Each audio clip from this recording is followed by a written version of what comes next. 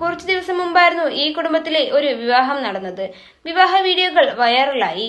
അതോടൊപ്പം തന്നെ വിമർശനങ്ങളും ഉയരുന്നു. ഏറെയും വിമർശനം ലഭിച്ചത് നവവധു അനുവിനാണ്. അനുവിന്റെ പെരുമാറ്റത്തെക്കുറിച്ചായിരുന്നു കമന്റുകൾ.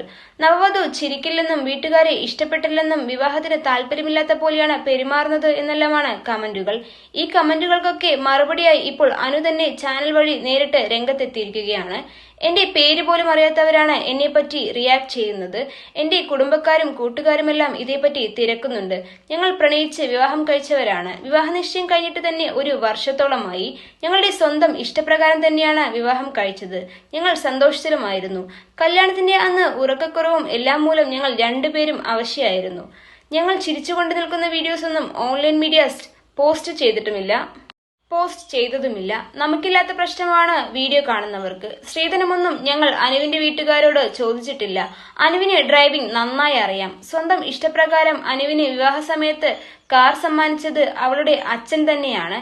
അതല്ലാതെ നിർബന്ധിച്ച് വാങ്ങിയതല്ല. ഞങ്ങളുടെ വീട്ടിലെ 4 വയസ്സുള്ള കുട്ടിയെക്കുറിച്ച് പോലും പലരും നെഗറ്റീവായി പറയുന്നത് കണ്ടു. ഇതൊക്കെ കേട്ടാൽ ഞങ്ങൾക്ക് പൊള്ളും, പ്രതികരിക്കും. അനുവും ശരത്തും ജീവിതം തുടങ്ങിയിട്ടേയുള്ളൂ. ഇത്തരം കമന്റുകളിട്ട് വിഷമിപ്പിക്കരുത്.